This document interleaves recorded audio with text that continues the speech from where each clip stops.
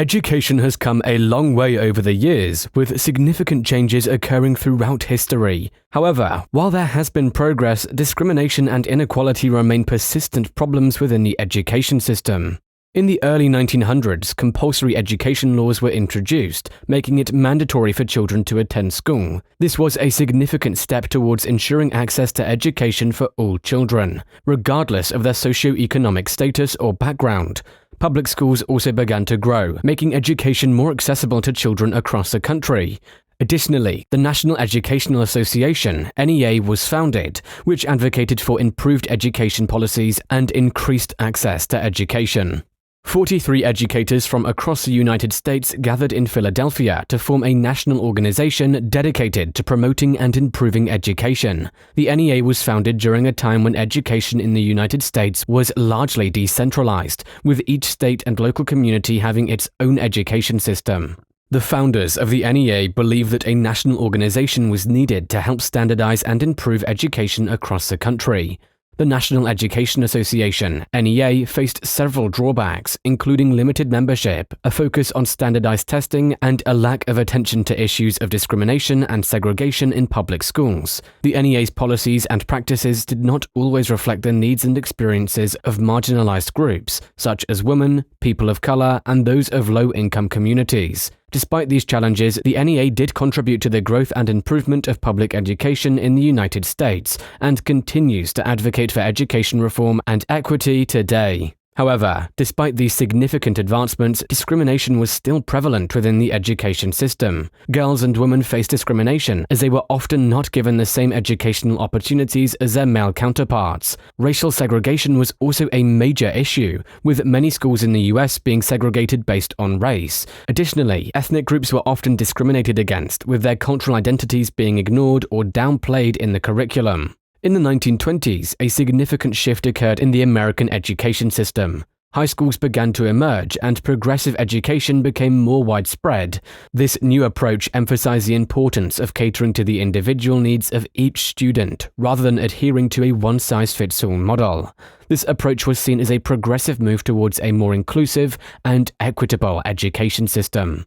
However, despite these advancements, discrimination still ran rampant in the education system.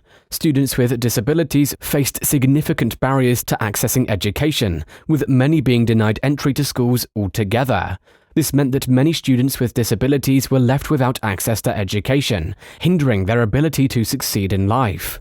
Moreover, racial segregation remained a major issue in the education system, with many schools being segregated based on race.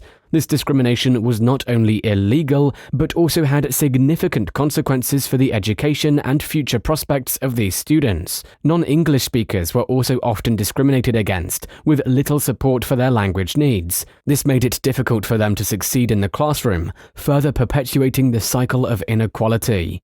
The education system may have evolved, but it is crucial to acknowledge the untold truth that discrimination and barriers to education still exist for many individuals.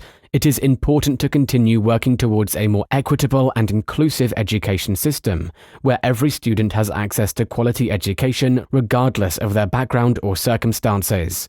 Moving into the 1960s and 1970s, the civil rights movement was a significant event that impacted education. However, the reality was that despite the progress made towards ending segregation in schools, discrimination still existed within the education system. The introduction of No Child Left Behind, NCLB, in 1965 aimed to improve access to education for disadvantaged students. Yet many students from marginalized communities were still left behind. NCLB was signed into law by President George W. Bush in 2002, which was a significant education reform effort in the 2000s.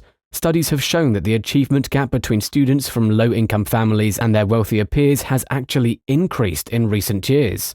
Title IX is a federal law passed in 1972 as a part of the Education Amendments Act. It prohibits sex discrimination in education and ensures that no person in the United States shall be excluded from participation in, denied the benefits of, or subjected to discrimination under any education program or activity receiving federal finance assistance.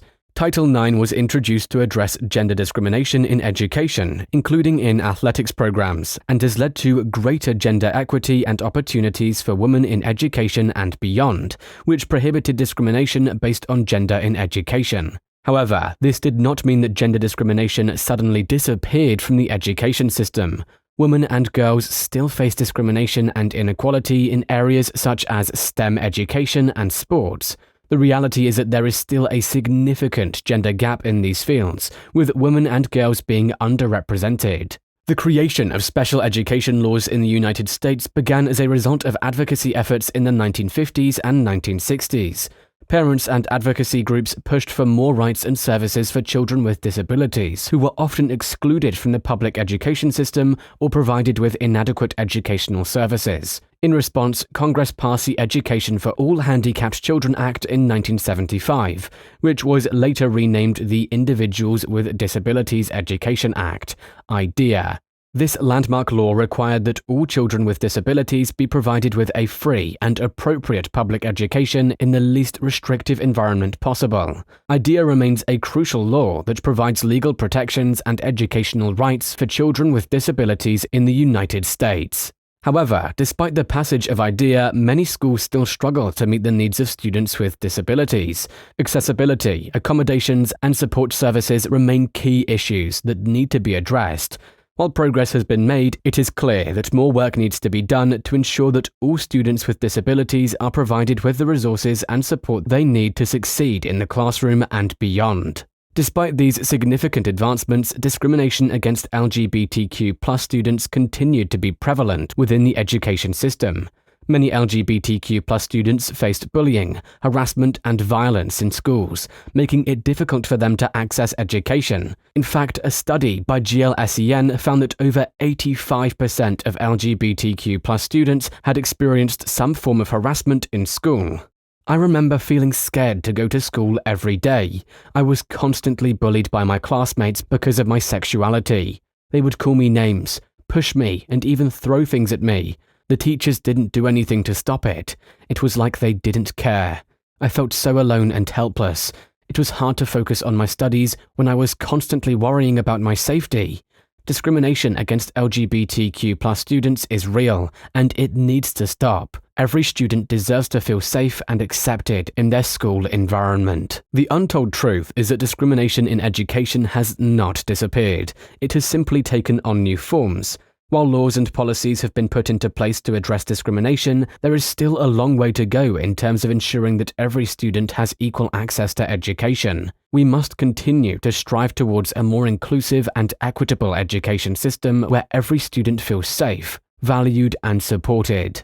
Moving into the 1980s and 2000s, the American education system saw significant changes. Standards-based education was introduced, which set specific learning goals for students and standardized assessments to measure their progress.